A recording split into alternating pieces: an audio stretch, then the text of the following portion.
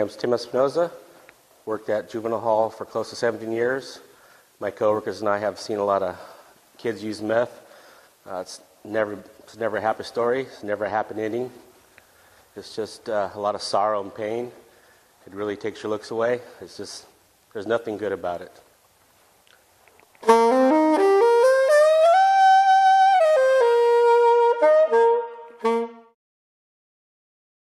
My name's Savannah, I'm 17, and someday I hope to be a dancer. I'm Rashawn, I'm 17 years old, I go to Fairview High School, and when I get out of high school I want to get into musical production, I want to be a rap star. Okay, so when I was a little girl, I wanted to become a ballerina. It was the thing in Utah, and I liked it, and it was, I liked how they danced on their tippy toes. I thought I could fulfill that dream. And when I didn't, of course. I got older and I had met a guy, and he introduced me to meth. Okay, I'm Basil Powers. I'm 17 years old, and a career that I would like to pursue would be a chef or something that I could have a lot of fun doing and make some good money, you know. My name is Andrew Fredson. I'm 17, and I'd like to complete the Job Corps, Sacramento, become a heavy machine operations, and hopefully be successful with that. My name is DJ. I'm 16, and one day I hope to be a defense attorney. A defense attorney? No, wrong end of the business. My name is Brody. I'm a recovering meth addict. I'm 38 years old. Growing up when I was younger, my family life was ideal. I mean, my parents are still together, loving family. We all got along. Very into motorcycles, so growing up, my dream was to own my own motorcycle shop one day. I'm Ileana. I'm 17 years old. I go to Fairview High School. I would like to help children. Well, I'm 27 years old, and I was introduced to methamphetamine at the age of 18. When I was in high school, I played a lot of sports. I was very, very athletic, and my goal was to go to a D1 college and play basketball there. My name is Aaron Rakes. I'm 28 years old. I was first introduced to methamphetamines at the age of 18. It wasn't always, methamphetamines didn't always play a role in my life, but it did play a role in my family's life. Methamphetamines and marijuana and alcohol, for as long as I can remember, has always been in my family. So it's always been around me. And when I was introduced to methamphetamine, all those dreams and all those ambitions went out the door.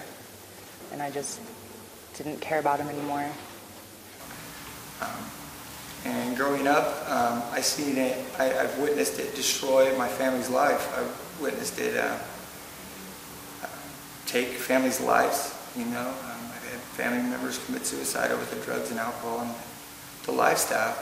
And growing up, I didn't want that. I didn't want that lifestyle. I'll be 42 this month, and I started going to prison when I was 18. Yeah, he had lined it up on the table, kitchen table, and he did a line, and then he said, "You want to try one?" And I said, "What will it do to you?" And he said, "It'll make you clean and stay awake and stuff." And so I did it, and I was hooked from the get without realizing, because I kept wanting more and more. And like I said, the first time I used meth, I think I was 15. Does that make you a freshman in high school? Yeah. I think so. My family didn't really think that it was going to be a problem with me. They never really talked to me about it. It was just, they just kind of had their blinders on, and I didn't really get in trouble. And so it never really occurred to me that it was going to be a problem. But we couldn't find coke, and so I tried that. And then I started doing that more often than not. And when I was 17, I got sort of freaked out because I was really young and I was going down. I just wasn't doing anything anymore. And as I got older, things started happening, you know. I got kicked out of school in 10th grade, and I pretty much was out on the street on my own. And I thought I was an old enough adult that I could take care of myself. I could get a job. I thought wrong. I wanted to go in the military. strive to do my best in school because I figured the better I did in school, the better spot I would get in the military. I dropped out of school. I got in a fight and hit a teacher, got kicked out of school, and things just went bad, and that was that, Within a couple months, I was in county jail waiting to go to prison, I was 14 at the time when I started using meth.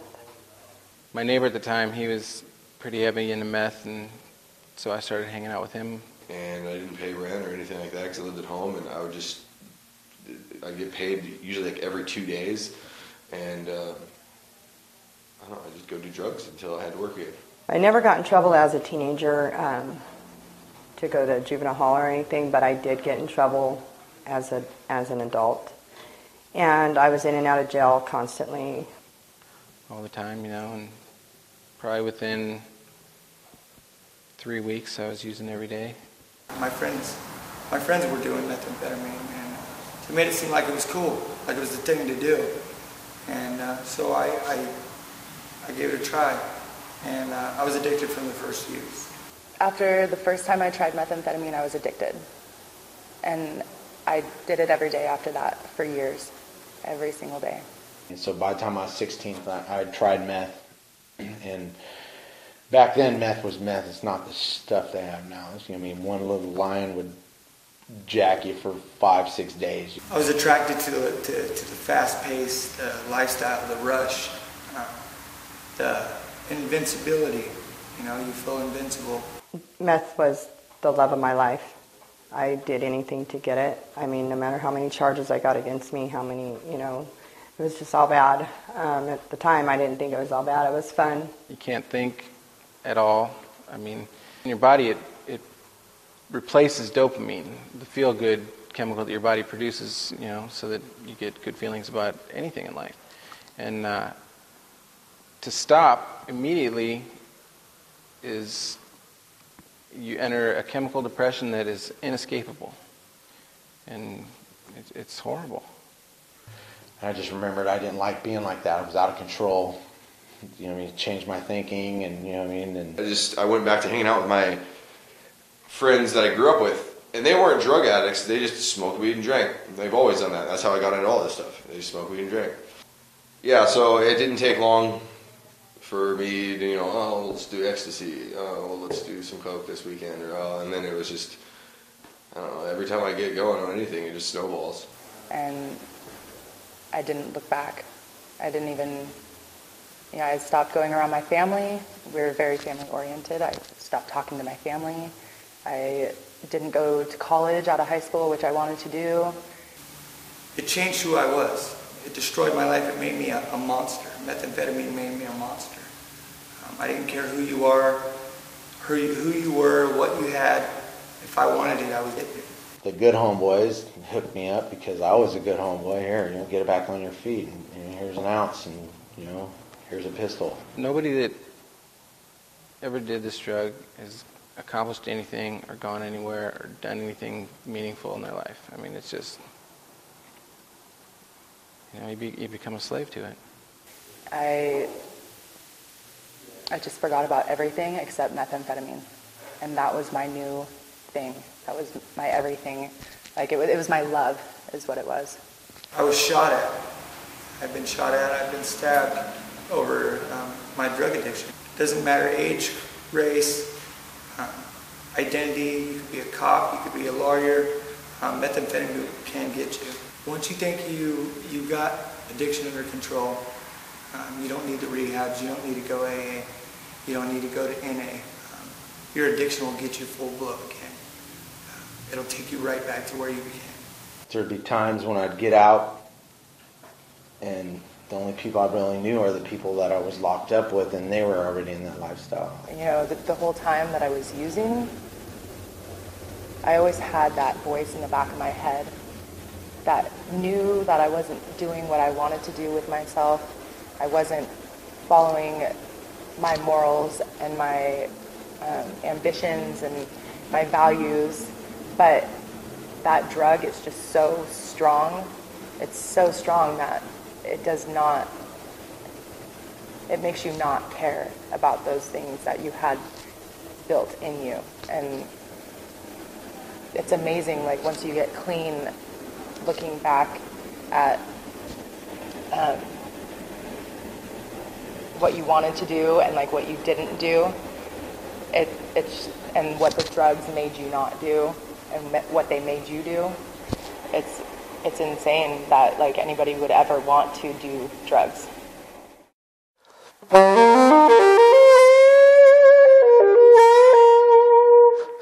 Just remember, who you're going to be depends on who your friends are. The wrong friends will take you down the wrong road. Just remember that. A little kid running with the big guys, smoking some stuff to actualize into one of the big guys. One of the big guys, yeah. Making your mama cry, making your daddy scream. Sister so ashamed. Who you gonna be? Who you gonna be? And be who you gonna be? Who you gonna be? And be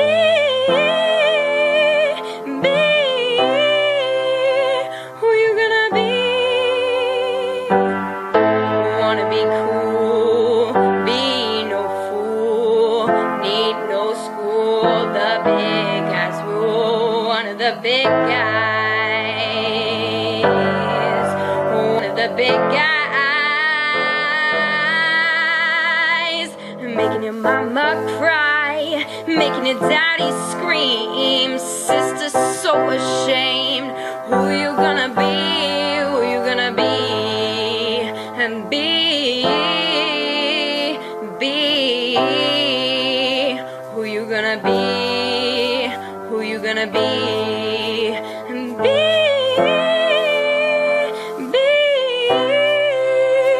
who you gonna be? A little kid walking down his own path like a man. Don't need the white stuff, juvie can be rough, so be a man, and be a man, and be a man.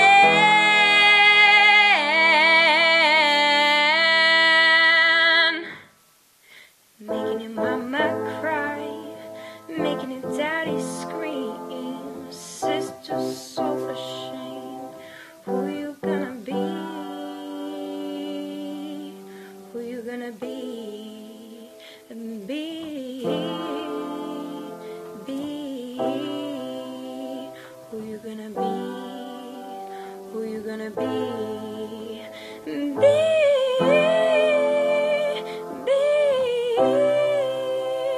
who you gonna be? Just be me.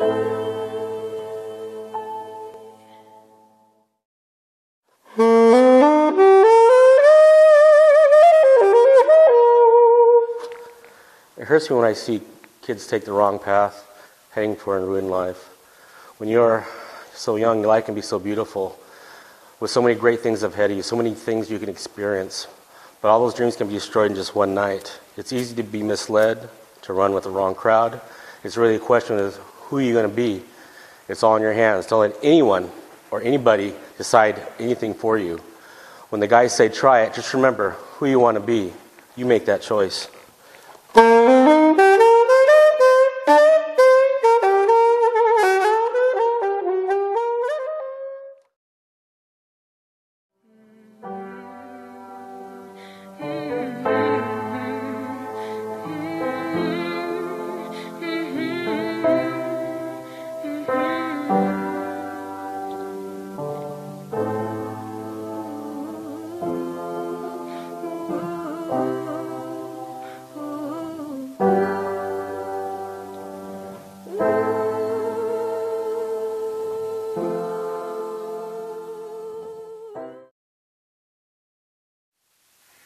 Everyone's given one great gift in life, the chance to have a life, to pursue happiness, accomplish good things, and to find satisfaction.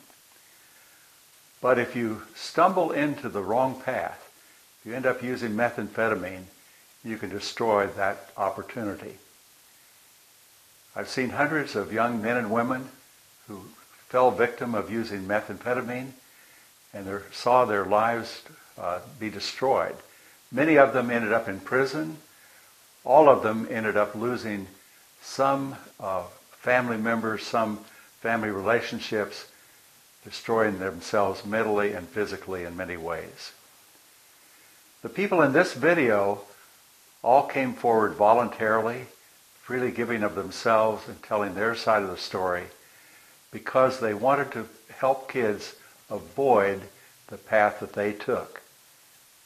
I'm happy to say that all of the ones interviewed in this video are on some stage of recovery, and I know that everyone watching this video wishes them the very best of success. I started thinking about the words in this video last July. I was with Bruce Galloway. We were working on a water well in a Maasai village at the foot of Mount Kilimanjaro. Will Bono and I had tried to make a water well there the year before and failed, and now we're trying again.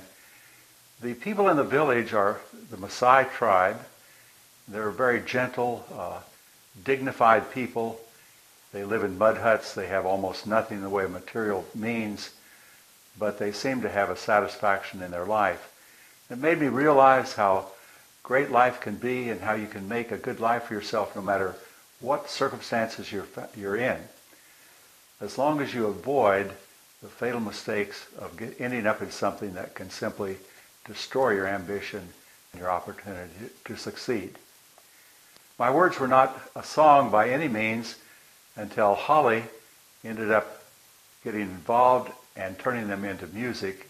She composed the music on her own and made a song that seems like a beautiful expression of what we wanted to say in our video.